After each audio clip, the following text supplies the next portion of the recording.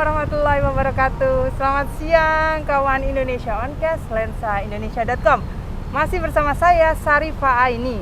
Nah, kita sekarang mau membahas soal tetap COVID-19 yang masih menjadi pandemi saat ini di negara kita.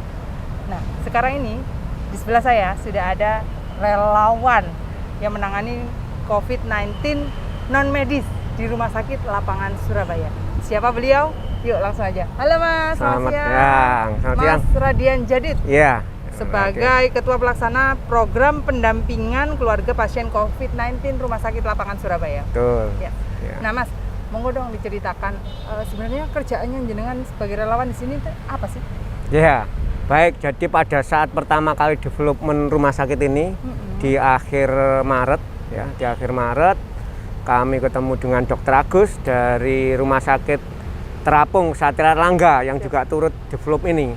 Nah, kita memberikan masukan bahwa nampaknya urusan COVID ini tidak hanya urusan medis. Bagaimana kalau urusan sosial kemasyarakatan, stigma ekonomi dan sebagainya ini coba disentuh. Nah, maka kami dari Task Force Kemanusiaan Kantin ITS yang selama ini bekerja kemanusiaan di banyak bencana memberikan sumbangan masukan untuk bisa enggak kita memberikan sentuhan ini. Nah, begitu. Dan kita ketemu dengan Dr. Erwin pada saat itu sebagai direktur rumah sakitnya, Dr. Erwin Asta. Beliau sangat berkenan karena beliau juga pernah menangani masalah AIDS dan ternyata sama urusan sosial masyarakat sangat penting bagi dia.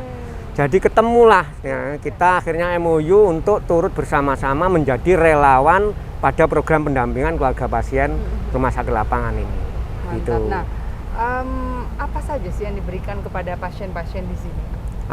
Jadi kita tentu tadi ya di awal adalah sudah jelas bahwa non medis karena medis itu sudah pastilah profesionalitas dan bidangnya para dokter dan para perawat. Nah, kita memberikan unsur-unsur yang non medis, diantaranya yang pertama masalah kesehatan lingkungan. Bagaimana ternyata kondisi rumah, kondisi lingkungan itu sangat berpengaruh kepada mereka-mereka yang terkena COVID. Nah, yang kedua masalah ekonomi. Jadi bagaimana beberapa pasien yang menjadi tulang punggung keluarga otomatis berhenti dia dari pekerjaannya dan sementara. Nah, kita yang masuk ke situ. Kita kunjungi keluarganya di rumahnya, kita asesmen, ada yang punya anak 3 dan ini. Nah, kita carikan jalur-jalur bantuannya. Jadi ada yang BNPB, bantuan dari Pemprov, dari Gus Durian dan dari banyak masyarakat. Biasanya kan yang sulit kan mempertemukan ini. Ada orang-orang yang care, ada yang membutuhkan, ketemunya di mana? Kita lah menjadi mediator. Nah, itu. Yang berikutnya adalah masalah sosial kemasyarakatan tadi. Bagaimana dulu di awal-awal stigmanya mereka yang kena COVID itu seperti hantu, seperti orang yang stigma negatif. Melebihi AIDS kata Dr. Erwin awal-awal itu, dekat langsung dijauhi, diintimidasi dan sebagainya. Nah, kita yang berperan ke situ untuk memberikan pemahaman ke RT, RW dan juga lingkungan sekitarnya. Nah, ini yang yang kemudian ternyata itu berkembang lagi di pekerjaan. Nah, banyak sekali yang masih begitu itu langsung ancaman-ancaman untuk dihentikan, di PHK dan sebagainya. Di situ juga kita masuk memberikan edukasi ke perusahaan-perusahaan. Nah, alhamdulillah banyak perusahaannya akhirnya memahami bagaimana COVID itu dan sebagainya.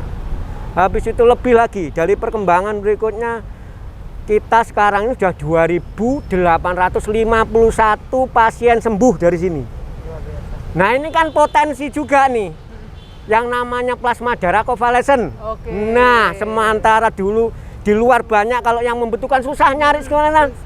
Kita himpun ini mereka, kita bentuk ikatan alumni. Nah, ini satu-satunya di Indonesia ikatan alumni COVID, yang mana mereka punya database lengkap, anggotanya, golongan darahnya apa, kapan waktunya mereka bisa. Nah, ini yang diapresiasi oleh PMI, oleh Bu Gubernur, sampai pada saat deklarasinya sudah deklarasinya dan di rumah sakit bawa ke sini, dibawa ke kantor gubernur, dideklarasikan, disaksikan oleh Bu Gubernur. Ini sebuah hal yang luar biasa. Kemudian potensi mereka juga kita tambah adalah mereka ada ujung tombak untuk sosialisasi.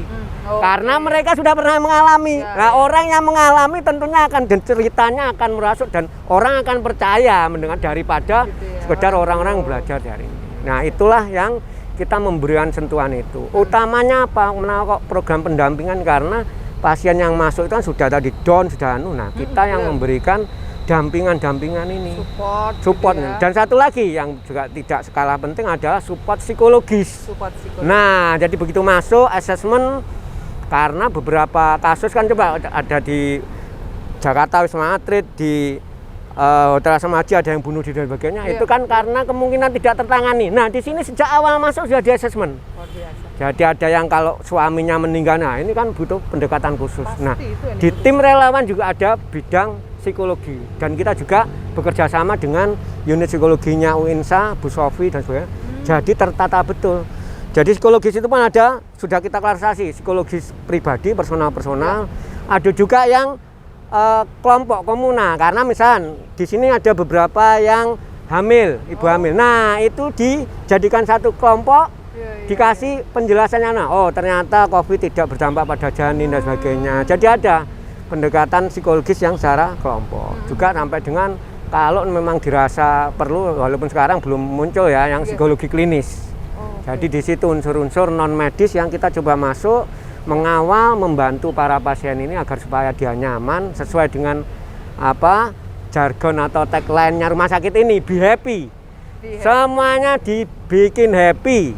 Nah, dari sisi non medis bikin happy, ditambah ada kafe, karaoke dan sebagainya. Kalau orang happy, imunnya meningkat cepat. Alhamdulillah di sini rata-rata 2 sampai 7 hari sudah sembuh, sudah pulang. Jadi total di 2.851 ini tingkat hunian, walaupun juga ada yang seminggu 2 minggu, sekarang sudah 6,4 hari. Berarti sudah hal yang luar biasa. Di tempat lain masih 2 minggu, Mas. Nah, itu biasanya sampai berapa kali swab gitu, Mas? Nah, di sini inilah juga yang Dr. Erwin pun mengatakan, saya bisa menerapkan idealisme dengan kawan-kawan sini karena sudah inline, sudah satu frame, satu pemahaman bersama. Jadi kan yang di sini ini semuanya relawan kemanusiaan. Dokternya pun rekrutmennya rekrutmen relawan. Jadi bukan penugasan dari rumah sakit rendah. Nah, ini ketemu bahwa kita mendedikasikan diri bersama-sama untuk kemanusiaan. Bukan untuk yang lain, bukan untuk endorsement, bukan untuk itu ditekankan di sini. Sampai dengan tadi Pak Nalendra juga ngomong, saya sudah tidak mikir tentang itu. Nah, disitulah termasuk masalah swab, kita sudah menerapkan KMK. Jadi keputusan Menteri Kesehatan bahwa swab itu 2 kali itu kan hanya untuk urusan medis, untuk konfirmasi. Jadi kalau orang masuk di swab pertama, padahal dia ada gejala, kalau di swab pertama itu dia masih negatif, perlu swab kedua untuk konfirmasi. Tapi kalau saat masuk swabnya sudah positif, sudah tidak perlu swab lagi. Nah, mereka yang bergejala tanpa gejala, gejala ringan dan menuju sedang, 10 hari asesmen clear, pulang.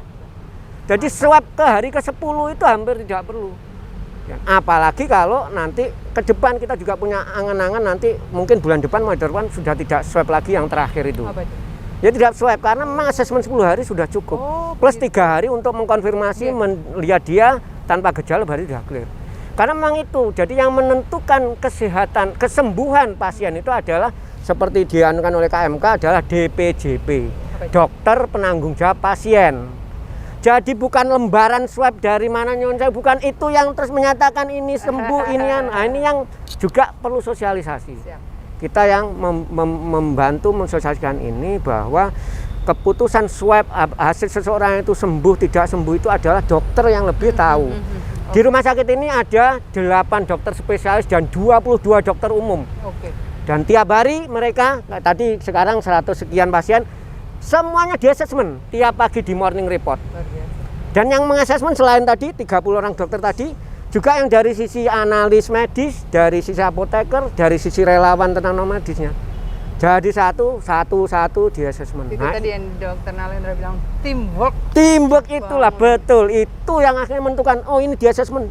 Dalam mudah sampai dengan sekarang mereka yang 2.851 dengan yang statusnya itu positif dalam tanda petik dalam ada sekitar 230-an clear semua, aman semua dan mereka tidak parah tapi sudah sembuh dan bisa bermanfaat buat masyarakat. Nah, untuk jumlah relawan sendiri yang disiagakan di sini ada relawan sendiri kami punya 20 personil. 20 personil, tapi dalam MOU kita juga tahu tentang penghematan, kita masukkan strukturalnya 15. Jadi ada sip-sipan, ada kita ganti beberapa personil.